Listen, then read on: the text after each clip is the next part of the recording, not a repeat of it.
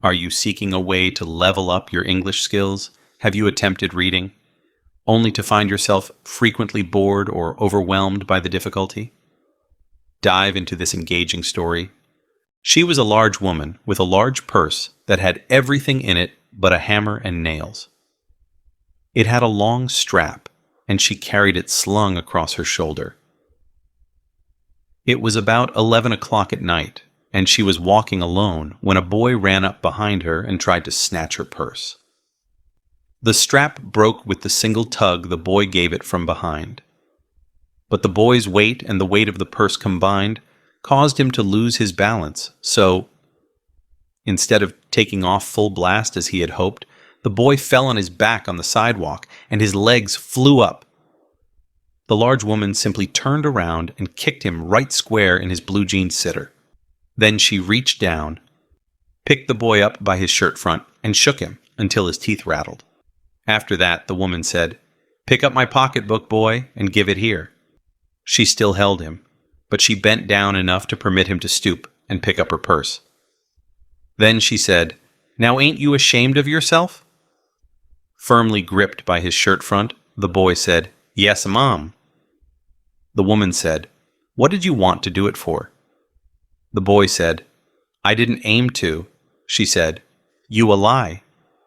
By that time, 2 or 3 people passed, stopped, turned to look, and some stood watching. "If I turn you loose, will you run?" asked the woman. "Yes, Mom," said the boy. "Then I won't turn you loose," said the woman. She did not release him. "I'm very sorry, lady, I'm sorry," whispered the boy. And your face is dirty. I have a great mind to wash your face for you.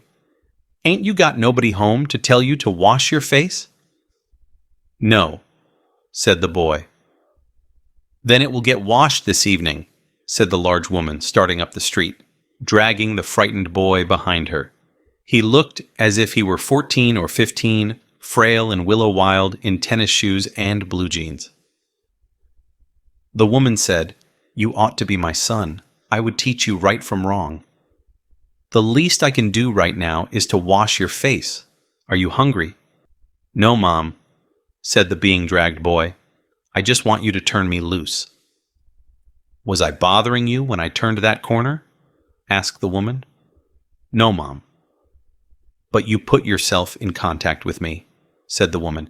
"If you think that contact is not going to last a while, you got another thought coming.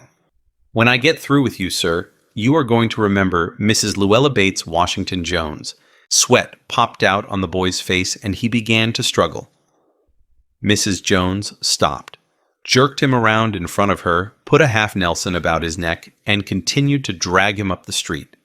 When she got to her door, she dragged the boy inside, down a hall, and into a large kitchenette-furnished room at the rear of the house. She switched on the light and left the door open. The boy could hear other roomers laughing and talking in the large house. Some of their doors were open too, so he knew he and the woman were not alone. The woman still had him by the neck in the middle of her room. She said, "What is your name?" "Roger," answered the boy. "Then, Roger, you go to that sink and wash your face," said the woman, whereupon she turned him loose, at last. Roger looked at the door, looked at the woman, looked at the door, and went to the sink. "Let the water run until it gets warm," she said. "Here's a clean towel." "You gonna take me to jail?" asked the boy, bending over the sink. "Not with that face. I would not take you nowhere," said the woman.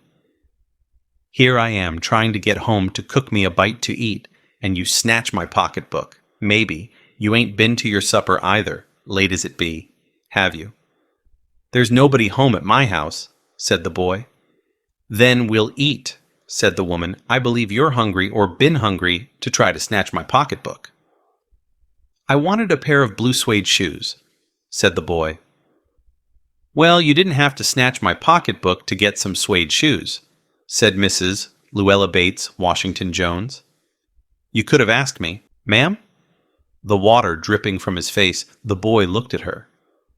There was a long pause, a very long pause, After he had dried his face and not knowing what else to do, dried it again. The boy turned around, wondering what next. The door was open. He could dash it down the hall. He could run, run, run. The woman was sitting on the daybed. After a while, she said, "I was young once, and I wanted things I could not get." There was another long pause. The boy's mouth opened. Then he frowned, but not knowing he frowned. The woman said, You thought I was going to say, but didn't you? You thought I was going to say, but I didn't snatch people's pocketbooks. Well, I wasn't going to say that. Pause. Silence. I have done things too, which I would not tell you, son.